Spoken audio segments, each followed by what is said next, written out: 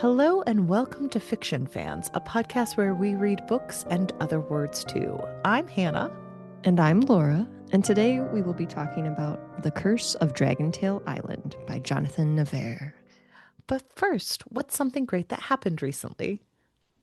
So, Hannah, something great that's happened to me recently is that I have a lot of new baby animals on my farm. So, you know this, but some of the listeners might not know that I actually run a little hobby farm and I have a lot of goats and a lot of chickens. And right now I'm getting lots of baby goats because springtime is when they kid. And I've so far got 4 new baby goats and they're adorable.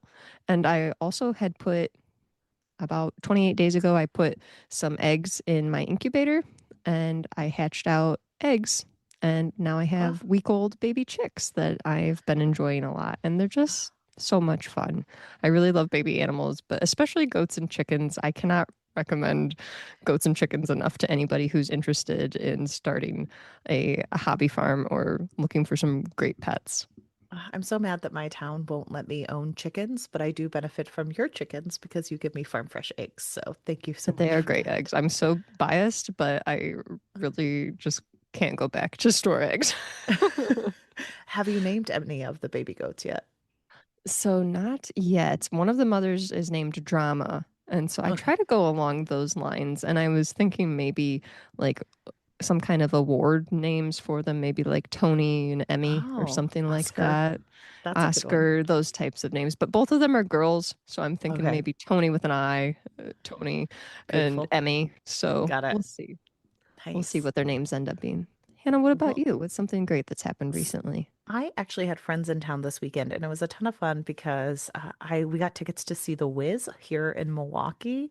How was I it? I've never seen the actual like movie, so I kind of went in blind, but I really loved it so much. It was just a lot of joy in the theater, and the music was amazing. I Yeah. loved the man who played the Tin Man. I thought he did a spectacular job. I will say one of the things I found a little bit disappointing just from this production like choice, instead of having like full on sets with backdrops, they just had a video screen. So like they Oh, would shift interesting. the video screen when they would go down.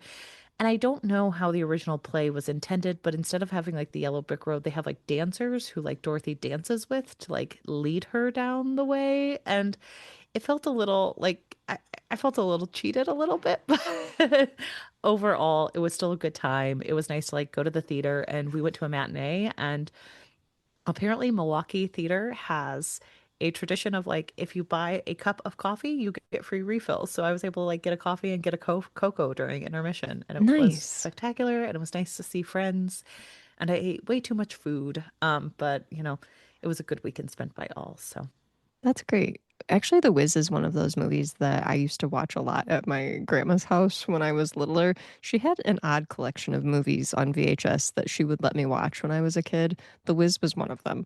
oh And she nice. also had, I talk about this all the time, Little Shop of Horrors, the one with Steve Martin, that I was obsessed with that movie as a little kid. And a couple of other ones. She had Cats the musical, she had the Phantom of the Opera stage Mm. production musical. So I watched a lot of random VHS movies at her house that And were as you mostly know, musicals. most of the musicals I watched were like Seven Brides for Seven Brothers and I loved Carousel. that one So as well, but that was yeah. not one that was at my grandma's house. That was Oh, one that I personally oh, owned and yeah. watched maybe daily, who knows. Very fair. So But what are we drinking tonight? I am drinking, as all the great people do when they're recording late at night, a Diet Dr. Pepper, which I feel like is an unsung hero of soda. You know what? A lot of people are big Dr. Pepper fans, and Yeah. I think it's one of those just like universally loved sodas that, Yeah. or pop, depending on the region. I usually say pop, but I feel like generally you ask people what their favorite pop is, and you don't always get Dr. Pepper, but I feel Right. like there aren't people who are going to be like bad mouthing Dr. Pepper. It's Right. generally well liked in terms You, of Usually flavors. when we're buying pop for the house, it's like Diet Coke and Diet Dr. Pepper because they both get sold at Costco. So it's easy to Sure. buy them in bulk. But I also like a good ginger ale, though. I would say that's actually my favorite pop. So, but what are you Very drinking good. tonight? You know, I am just drinking water, staying hydrated. I You got actually baby goats just to take I care just of. came in from doing my chores, taking care of my animals. So I've got to stay hydrated, and water has been my friend today. But I have been drinking this really. I'm not drinking at the moment, but I drank earlier in the day, and I really have been enjoying this coffee from Equator Coffee is the Oh brand. yeah. And I've told you about this, but it is the most flavorful and delicious coffee. And they have so many different blends that I've been really enjoying. Me and my husband both have been enjoying this type of coffee, this Equator coffee. So if you're a coffee drinker and interested in that, highly recommend checking that out. Oh, good. Well, did you read anything good lately? I have been reading some good stuff lately because I've been reading Lore Olympus, the graphic novel series Oh by yeah. Rachel Smythe. And so I've made it farther in the series, and this is kind of a Greek gods and goddesses retelling of Hades and Persephone and their love story. It's a really beautiful graphic novel series. I really love the art style, and it's kind of a modern spin on the Greek gods, and it handles themes of abusive relationships, sexual assault, and a lot of things like anxiety, depression in a really unique way. And so I've been really enjoying the series. I think it just keeps getting better with each episode. It was originally a series on Webtoon that Mm-hmm. was published as a graphic novel series, and it's incredibly popular. And I totally get why, because it's so beautiful and really well done, actually. So I've been enjoying that a lot. How about you? Nice. Well, I have been following Lily and Sarah over on Wednesdays We Read podcast as they dive into the Dublin Murder Squad series, and I've been reading The Trespasser, which is the final installment. And maybe one of my favorite of the series. Like I really like the beginning. I would say it's not my favorite because the ending, like the entire book leads up to these beautiful themes that I feel like kind of got dropped at the end for a like, oh, well, here we go. This happened and now we move forward. And it's kind of like, well, nope, it felt like we could have gone deeper. And so I felt myself being a little bit disappointed in the ending, but overall, the story is so great. And the character of Antoinette Conway, the detective who is biracial and a woman in a very male dominated and very racist department is trying to find her own way and make sure that she gets a name for herself. I just thought it was very beautiful. I'm very heartfelt in many ways, so I've been enjoying that entire series, but highly That recommend The series is so Trespasser. lovely. I really have enjoyed it a lot too. The Trespasser is one of the better books in the series for sure. Yeah, it's so much better than the one that came before it. So The Secret Place, yes. The Secret Place was a Although rough Faithful one. Place, Chef's Kiss. Chef's kiss, but The Secret Place could have stayed a secret. Let's face it. That should have remained more hidden. Yeah, we didn't need to know more about that secret. Hmm. But yeah, everyone go check that out. Well, Yeah. should we discuss The Curse of the Dragon Tail Island? Yes, The Curse of Dragontail Island. Oh, First of all, just shouting out the cover. What beautiful cover work we have here. We see our protagonist and some of the crew of the story that are depicted on the front here. We have Captain Jack. We have a beautiful orc. We have our mage, our Marion. mage, Marion. Can I ask up at the top? Was Mage Marion supposed to be a run at Maid Marion of Robin Hood? Because it felt like Yes, it was. Okay, I yes. Jack and So like there's a scene that was very much one to one. This feels like Robin Hood. So actually, I had the pleasure of beta reading this book, and what a delight because it's so much fun. But this is actually very much inspired by Robin Hood and Treasure Island. Okay, perfect. The author was really looking to he normally writes sci-fi, and he was Mhm. really looking for kind of like a little shift away from sci-fi to write something fun, kind of dive into some things that he really enjoyed uh, outside of science fiction. And so he kind of tried out his writing chops at writing a nautical fantasy story, incorporating those themes of Robin Hood, and really just a fun book. Well, and we can talk a little bit about what this book is actually about Yes, because it's about Captain James R. Hawke, aka Robin Hood, a little bit, and his Jack. Mhm. Jack and his salty scoundrels who are pirates who do good. And the book starts kind of at a moment where he's trying to get his team to pretty much steal from the rich, give to the poor. And then something happens, and we get dropped to 14 years later. And this is not a spoiler because it's within the Right first in the couple prologue. chapters. Uh, and we think that Jack may have been lost at sea or something, but then He's gone missing. a gnome named Scarlet decides that she's going to hunt him down and get the team back together again. And through She this, needs to Avengers reassemble everyone, and she's getting the team back together because she needs to find this mysterious Dragon Tail Island mhm. and collect the bounty there. And the team includes Big Rig, who is a dwarf quartermaster. That we Mm. have Lana, who is half orc, Orc. and then we have other characters who are involved, including Scarlet's contracted love interest, and then a Noxie named Cyan. And yeah, it is a merry tale of people trying to get together to go to an ancient island that no one wants to go to or no one can get to, and lots of stumbles along the way. So that's kind of where we For find sure. ourselves during this. So, but I did pick up on the uh, Robin Hood-esque elements, but I Hmm. don't think I necessarily picked up on the Treasure Island because I'm not a huge Treasure Island girly, so I don't know I have much never about it. read the book. I know the concept of what happens because I was big on Treasure Planet, the Got Disney it. movie. Yes, I did watch that once with my husband. He loves It that is a one. very underrated Disney movie, I will say. Like, if you haven't watched it, go watch Treasure Planet.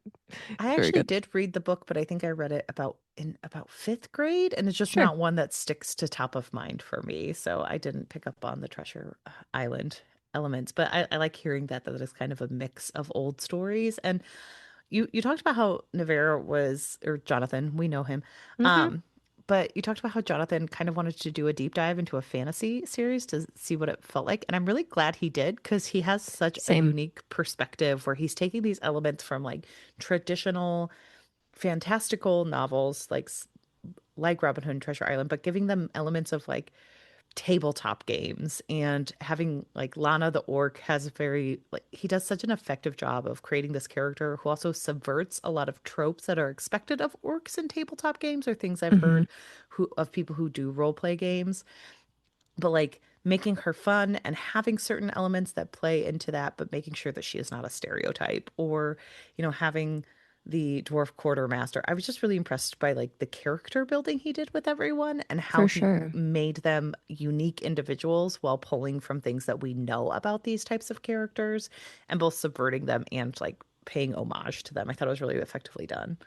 Yeah, I think it's really easy to kind of fall into this world that is created because even though it's very unique, a lot of it feels so familiar. Like you're saying, that we don't have a ton of like characters that we're unsure of what they are or what's going Mhm. on. We very much are dealing with familiar fantasy type creatures, but in a unique story because we don't get a lot of nautical fantasy that I'm aware of. I'm not aware of tons of nautical fantasy stories. We usually have, if we have a big series, they'll maybe be like one scene or a couple chapters that are related to we have to get on our ship to do X, Y, or Z. But it's neat to have a story centered around pirates. Right. Well, and a little bit of lost love because we do find out Yeah. that Jack is in love with Mage Marian, whose father is the king by default because years Mm-hmm. ago the queen was lost at sea and he is a relative of hers. And so he is in charge, but also there's lots of question marks going on there. So there's Yeah, a lot of red flags for sure. a lot of red flags with him. He's not on the page very much at the beginning, No. but he is kind of a looming person over the entire Hmm. story. So, Absolutely. well, before Another we, thing that I oh, go would like ahead. to also mention too, we're saying that a lot of this feels familiar and everything. I do really appreciate in this story that although there's a lot of romance and a lot of familiar fantasy things happening, we do get a lot of action. I do think that Mhm. world is like the imagery is excellent. We Yes. are exposed to these really unique settings that I thought were very beautifully described in certain chapters. And also, there are quite a few action scenes that were really captivating, honestly. And Yeah. I know you're not as big on action, Hannah, but I was kind of curious if you were able to kind of like get into some of those chapters like I did because I found them very fun. From the beginning, we get a lot of action, and there's a few chapters in the beginning actually that I'm thinking of that are almost entirely action, and I found them to be so fun. It was almost like a movie in my head.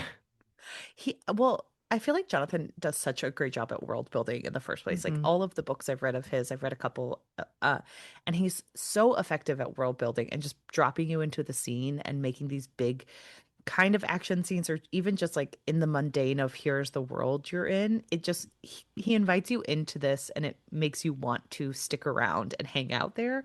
And I did find myself really enjoying the action scenes, not only because you're right, it feels like a movie, but also because there are stakes to the action scenes. And he kind Hmm. of lets you know that throughout the entire book of like, no one is necessarily safe in these scenes. And Sure. there is a lot of action pack and a lot of what's going to happen and a lot, but like he plays it off with a lot of humor too, where everyone's kind of having fun and they know what they're doing and they're capable. And Yeah. it's kind of fun to have this world where no one feels like they're lost in it. Like people are joining in because they are capable people who want to join the crew. And that's so effective. And who doesn't love a get the gang back together again moment? I mean, I love Avengers Reassemble. I mean, and they did assemble, so it's great. And it's I feel like there's the pacing at the beginning is really good because like Jonathan gives us the time to reintroduce ourselves to the characters 14 years later and have them like come together and hang out. So it's just really We nice. absolutely get a lot of time to kind of get familiar with Jack in particular and Scarlet. They're very much characters that we can attach ourselves to and get kind of absorbed in the stakes of the Yeah, mission that they're on. definitely. And I really liked Scarlett as a character. She was so Scarlet is fun. great. Yeah, I thought she was one of my favorites. So, well, Laura, let's get into the spoilers. But before we do, who should read this book? I think if you are a fan of Jonathan Nevair's other works, if you have read the Lillian Renault series, if you have read the Windtide series, you will absolutely love The Curse of Dragontail Island. So if you're a fan of Jonathan Nevair's other works, you will enjoy this. And you will be pleasantly surprised to see that this very adept sci-fi author is also able to write fantasy. I also think anybody who's a fan of D&D, you will also like this book. I also think a little bit of if you're fans of like heist books, because there's lots of just For like sure. we have to make a plan, we have to execute the plan, and we're gonna do it. And if you like that with a little mix of humor, it's great. And like we said, I had a ton of fun knowing that this felt very inspired by Robin Hood. So I think going into it knowing that it'll make the experience even more pleasurable. I So, would also maybe throw it out there and say my cozy fantasy peeps. oh If you like yeah. Legends and Lattes, if you like Miss Percy, you will like this book. You will very much enjoy The Curse of Dragontail Island. There's enough romance, there are enough adorable creatures, there's enough found family vibes that you will very much enjoy The Curse of Dragontail Island if you love cozy fantasy. Well, with that, let's get into spoilers. This episode of Fiction Fans is brought to you by Solsticia. That's our zine. Each issue has a different theme that celebrates genre and genre blending in a new way. PDF and EPUB versions can be purchased on our website, and Patreon supporters of all levels get free digital copies. You can find all the issues and more at patreon.com/fictionfanspod. And we really thank you for your support. The remainder of this episode contains spoilers. Okay, so I feel like we have to dive in first to, and I don't know why, but Bonnie Fitzwater as the sister slash main antagonist and the evil king. Because So, yes, a lot of problematic things happening with these characters. yeah, so we We gave a find brief out, description of what happened earlier. You gave a brief description of what yes. happens in the book earlier. But since this is full spoilers, go for it, Hannah. Tell us about Bonnie. So we meet Bonnie at the beginning of the prologue. through the eyes of Jack. And we find out that Bonnie is Mage Marion's older sister. Sister. And she and Very Jack have adept at had, swordplay. She has a high she's rank. the admiral, I think, of the Hmm. Navy. And she has made Jack enemy number one. And they've had run-ins For before where he reasons. literally stabbed her in the leg. And throughout the rest of the book, she's kind of going after him pretty hard. Kind of. She goes extremely hard after him. Yeah. She has him falsely imprisoned. And we found out before the scenes of like the book, he was falsely imprisoned for murder because the king Hmm. did not want him marrying Mage Marian. So Hmm. he had the Robin Hood scene of, the golden arrow being shot, and he got to win the hand of Mage Marian through this, and they had this epic love story. And then Hmm. he killed That's right. people. I forgot that he's an adept archer. And we find out that he was accused of murder. He was put away for it. And Bonnie Hmm. kind of helped set him up with her dad Oh, because for she sure. believed the dad's story that he was evil and shouldn't be allowed into their family, pretty The thing much. is, though, Bonnie contains multitudes because she very much wants to increase her own standing, it Yeah. seems, and doesn't mind putting people out who get in her way. But it's also super because we find out like through random scenes that like, oh, she has lovers who she kind of puts to the wayside. But Hmm. in the end, she She's kind actually of a very malicious character at times. But then she gets together with Marion and she's like, I'm really sorry for everything I've done. And I've decided to atone at the very end. And then she dies. And it was Hmm. really shocking to me when I got to that because it felt so strange when she had done all of these bad things before that. And then we kind of made the king the evil villain of it all when I honestly thought it was Bonnie throughout the entire You know what? They're novel. kind of like a dual villain situation, honestly, Yeah. because, and it's a really neat way to look at this in a fantasy, honestly, because I feel like we often have one big bad, but it's interesting to see the ways that other people contribute to the success of villains, if that makes Yeah. sense. So I think that that is an interesting way to show this storyline playing out in that we can have people who maybe get involved with a bad person or the bad side, quote unquote, and maybe do change their minds in a tone. Maybe they don't, maybe it doesn't feel genuine, but we don't often have somebody who just rises to a certain level of power on their own without some sort of assistance from someone like Bonnie. That's true.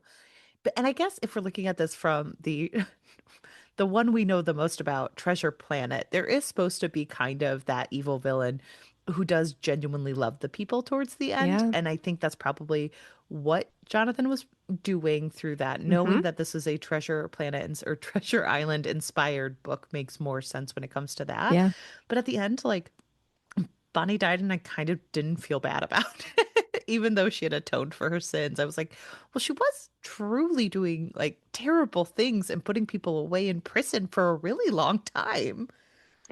I need to read Treasure Island because I think the takeaway that I have with Bonnie is very much a people are incredibly complicated and they can Yeah. have these moments like this. And I think that your feelings on this are very valid, Hannah, that Bonnie can be somebody that you're like, I don't care about this person. But I think it's really interesting just from the standpoint of looking at Nevair's writing in this story, where this book that should be, easy breezy, beautiful cover girl is very much a deeper story when you start to look at the characters through a more critical lens. Yeah. No, that's very fair.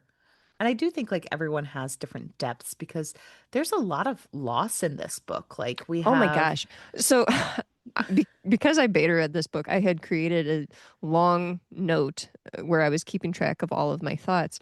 And there's a character who is Scarlett's love interest in the Mhm. book who has adds a lot of humor to the book Yes. throughout.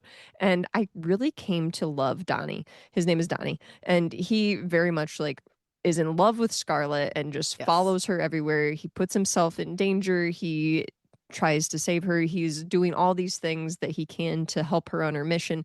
And I was getting very attached to him.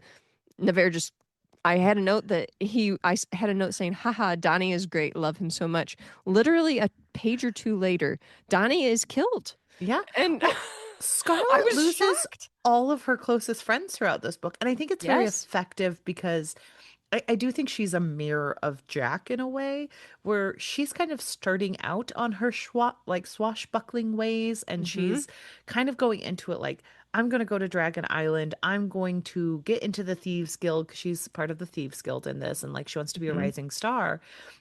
And she has this um creature, I forget what it is. It's a sprite at the beginning who she Yep. loses, and then she loses Donnie. And it's almost like she gets to talk to Jack through it because he's lost so many people throughout his life. And he does have his two best mates with him still. But it's not at the loss of other people or him saying, like, oh, yeah, it's always been the three of us. He also has suffered for many years.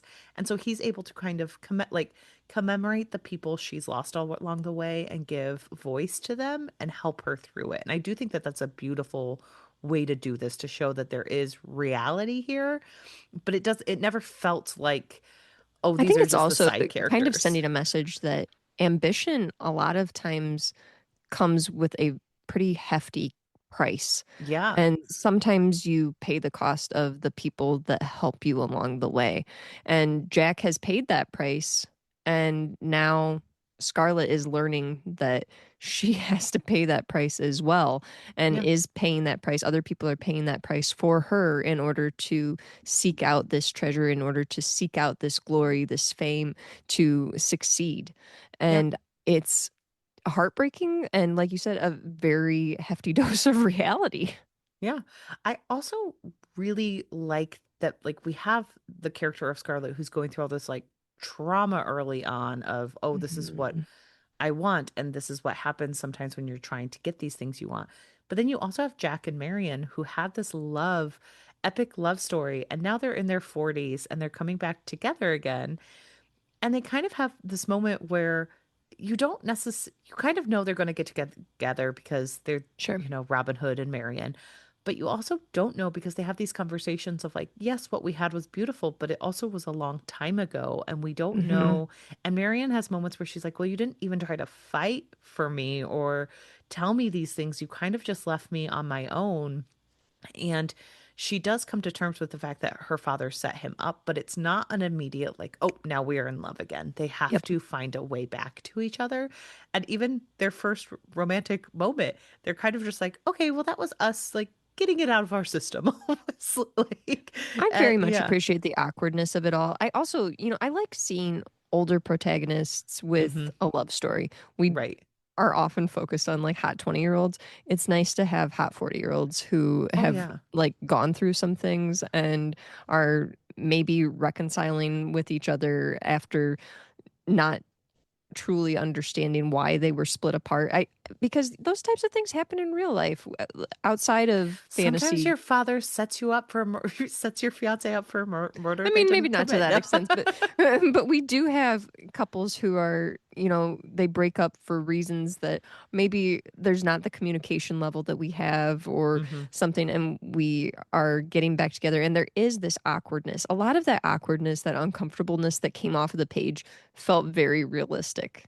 Yes, it did. And I appreciate that they kind of had a 40-year-old, they had 40-year-old conversations about everything where they Yes. would be like, you saying that you were set up doesn't forgive you for deserting me and running away from our life and pretending you were dead for so long.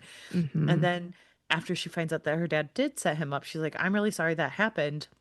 We can't take the rest of the world back. And then they kind of have sex and they're both like, I don't think we intended that to be anything deeply romantic. I think we meant that to be something sexual. And they're like, okay. And then when they fall in love, like it does happen through a more dramatic set of circumstances. But Yeah. that's the end of the novel after we've already seen them come back together in a very adult way. Hmm.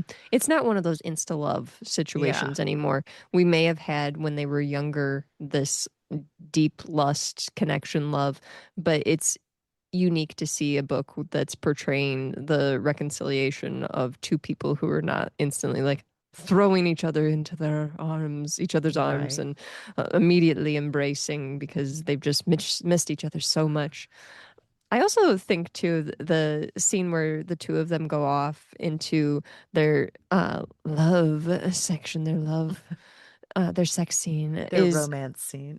the romance of it all. It's actually one of the one of my favorite scenes because of the imagery of the place that they're at, this like beautiful lagoon that they are in, that Oh they yeah. stow away to, this place that only Jack knew about really, and he brings Mage Marian there, and it's just so beautifully described. I just really enjoyed the imagery of all of that.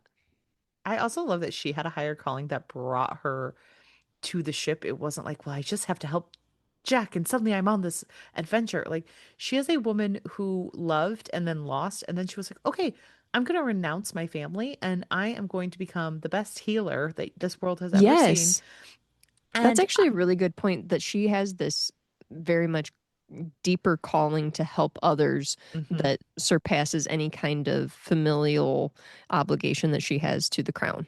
Yeah. And she even when she kind of walks away from that because it's kind of like a nunnery almost where you're committed Hmm. to one goal. It's still with the like, well, you might have a higher calling than this particular calling, and that's okay. And I also liked that of like, you don't have to be stuck in one role just because that Yeah, was the role that worked for you at the time. And I do think Mage Marian is one of the more interesting characters because for sure. she's someone who isn't being. She gets really annoyed when people bring up her love story and her romance. And she's like, yeah, I remember it. I lived it. And it wasn't at all it cracked up to be, guys. People are pretty quick to like throw it in her face of, hey, remember when you were sowing your wild oats? You were quite a hellion. And she's like, I guess, but Jack was pretty, you know, It's like, kind. And that is the okay. thing. It is very funny to read a book about pirates where like the pirates are just stealing from the rich to give to the poor. They're just like, you Hmm. didn't earn the tax money you take, so we're Yep. gonna make sure it's redistributed to orphans, which comes full circle with a character named Precious, who we find out is the long lost queen, and she decides, no, we're gonna have a democracy and just overthrow Yes. everything. It's great. Well, we learned that she actually has a blood tie to, she's a blood relative of the Yes, queen who is lost. because the king, the current king, is Hmm. evil Nick Evilson, and he Hmm. murdered his own family member pretty much. He Yes. he set up the events of her death. So And he thought he had cut off her gotten bloodline, away with it. but he did not. And so Precious, this adorable little orphan girl who actually has a connection to the members of Jack. the crew, yeah, Yeah. Jack, who, which that was a twist that I did not, I don't know if I expected that coming. Oh, I, I'm not gonna lie. The second I met that orphan and I found out that there was a dead there had to queen, I be was something with like, her, but I was just oh, like, okay. oh, that's how she's connected. All right. I was just like, oh yeah, So you have a dead queen and you have a random orphan on a boat. fair That girl's enough. connected. Fair enough. But yeah, I liked the character of Precious. I thought the Hmm. world like the world building was really well set up and it was very Hmm. good overall. You know what I really loved, and I will not stop telling people about this. There is a creature that Jonathan created in this story called Noxie, Oh my which gosh. are basically otters who are like bards. And they Yes. have these really unique abilities to, like, so they eat this certain kind of kelp and everything that is only in certain places. I believe it's kelp, right? Yes, it is kelp. Okay. And they also pass stories, their like history through song and everything. It's such a beautiful creation. And I love them being part of this fantasy world because when do we ever get otters in Hmm. these types of settings? But to have a human like a humanoid otter character that has these really unique magical abilities, I could read entire series Oh about my gosh. Noxie. I Yes. just think it's such a great creation. And I became so attached to this character too that I was just like, every time I was reading her, I was just like Cyan. totally in. I was like, oh, I love it so much. This is the greatest thing ever. And then Jonathan did a bad thing. I know. He took away some of my most of my favorite characters. I do I think he needs know. to pay for his crimes. But Yes. the thing I loved most about this was also the discussion of kelp in the world, where Yes. because someone was recently talking about this for another podcast I was listening to where they talked about taste and how taste can change. Because, like, lobster used to be prison food and now it is a delicacy. And when it was prison food, it was seen as disgusting. And now it is this beautiful thing that people have to, get this acquired taste Mm-hmm. for. And they kind of, Nevair kind of does that with the Noxie, where they're like, well, people found out we love this kelp, and all of a sudden it was kind of this like delicacy that you could Yeah. take from the ocean, and they're taking our food source that is very important to us. And it is this reckoning of, colonization, of people I was going coming to in say and it's taking colonialism foodstuffs. Yeah, is it's what it is. colonialism. And it was so sad when I was reading that section, because I was like, oh gosh, it's just bringing you down to like, you just want these otters to have their food sources. And like, it's Yeah. so, he does it so well. Yeah, I love the Noxie so much. Jonathan, if you want to write entire series about it, feel free. Agreed. So, yeah. Any final thoughts on The Curse of Dragontail Island? You know what? I really love it. I will say my biggest complaint about this book, I think that this is a great book. It is very long, and I Hmm. think that the biggest complaint I have is the pacing is a little bit off towards the end for me. When we have the beginning, and I would say the first 75% of this book, the pacing is excellent. When we get Yes. towards the end, I feel like the last 25% starts to pick up quickly. And I do wish that we would have had a little bit slower pace as we were going towards our end because things wrap up fairly quickly. And there were some things that tied up a little too quickly for me that I kind of wanted a little more resolution for some of the events. I wanted Bonnie to have her comeuppance. Bonnie should have uh, to pay for her I crimes. just did not like her as a character at the end. And I was just like, why did she get a redemption arc? And then, but I do agree that the pacing towards the end felt a little too fast for me. Some of the action scenes were hard for me to focus in on. That's a little bit of my fault. I have a hard time focusing on Yeah, you and I action are saying scenes. opposite things about the action Yeah. because I really dug the action. There's actually a scene towards the end that is like a huge storm is occurring and everything, and there's tons of action going on throughout this storm.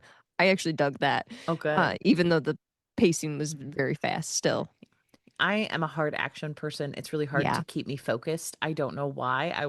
There's something about action different where I'm strokes for like, different folks. yeah, I sometimes want someone to come in at the end and tell me what happened, like in a footnote where they're like, a town crier came in and said all these things happened, and I would love that. But that is not something that anyone else wants. So, Hannah, did you have a favorite moment in The Curse of um, Dragontail Island? I really liked the discussion between Scarlett and Marion when Scarlett's trying to Okay, convince Marion to come on board and give them this very important family dagger. And it's this moment where we know as readers to believe Scarlett. Like we want like all hope against hope. And Marion has a moment where she's sitting there and she's like, I don't think I can do this. This is my family heirloom. This is the one thing I asked for leaving the palace, and I don't know you well enough to actually trust you. And I think so many people do a scene like that really, really poorly, where sure, there's almost a criticism laid on the person who's refusing to do this. And Jonathan did such a good job where I believed that Marion had every right to say no in the way that she hmm, said no. She was very respectful. She was like, I wish I could help. I wish I could believe you, but I just don't think you've shown me enough at this point. hmm, And then when she does see more, she comes to them and she agrees to do it. And so she really had a foundation that she laid, and then she followed through with it. And I thought that was such an effective scene. And I love two people having a conversation with each other where you see both sides and you're frustrated because you know the right answer, but you know sure, that both people have a reason for their position. sure. And then yours was the love scene, Laura, right? I did actually really enjoy the imagery of the love scene. I think my favorite moments were towards the beginning of the book, the chapters where they were getting the gang back together, Oh, yeah. because we were kind of alternating chapters between Jack and Scarlett versus Marion. I found Yes. the contrast between the two. I was in towards the beginning was not as interested in what was going on with Mage Marion, but I was very invested in the heistiness, the let's we have a lot of action happening. We're going into different places. We're breaking people out of here. We're going into this place and getting this person. I really enjoyed getting the gang back together in all of those chapters towards the beginning. They were just tons of fun and fast paced. Really enjoyed them. Amazing. Well, everyone, if you enjoyed this discussion and listened to all of the spoilers, make sure you are getting Jonathan Nevair's book if you haven't yet, The Curse Yes. of Dragontail Island. We both And you loved can it. follow Jonathan online. He's on Blue Sky and on Instagram. And maybe some other places too, but I know for sure Blue Sky and Instagram. That's where we follow him. So. And you can follow him on his website too to see what he's up to at jonathannevair.com. Well, thank you so much for listening to this episode of Fiction Fans. Come disagree with us. We are on Blue Sky and Instagram at FictionFansPod. You can also email us at fictionfanspod@gmail.com or leave a comment on YouTube. If you enjoyed the episode, please rate and review on Spotify and Apple Podcasts and follow us wherever your podcasts live. We also have a Patreon where you can support us and find exclusive episodes and a lot of other nonsense. Thanks again for listening, and may your villains always be defeated. And happy April 1st. Bye. It's April Fool's Day! Whoop whoop! If you haven't figured it out, we are Hannah and Laura of our on Wednesdays We Read podcast. If you want to go listen to Lily and Sarah, you're going to have to go over there for this week's episode. Hopefully we haven't lost all of the Fiction Fans listeners this week, but we really have enjoyed doing a little switcheroo on you all. And we hope you continue to listen to Lily and Sarah. We hope you pick up The Curse of Dragontail Island and maybe come check out us over at ourpod.com. Yep, OWWR Pod. Happy April Fool's Day, everyone. Bye. Bye.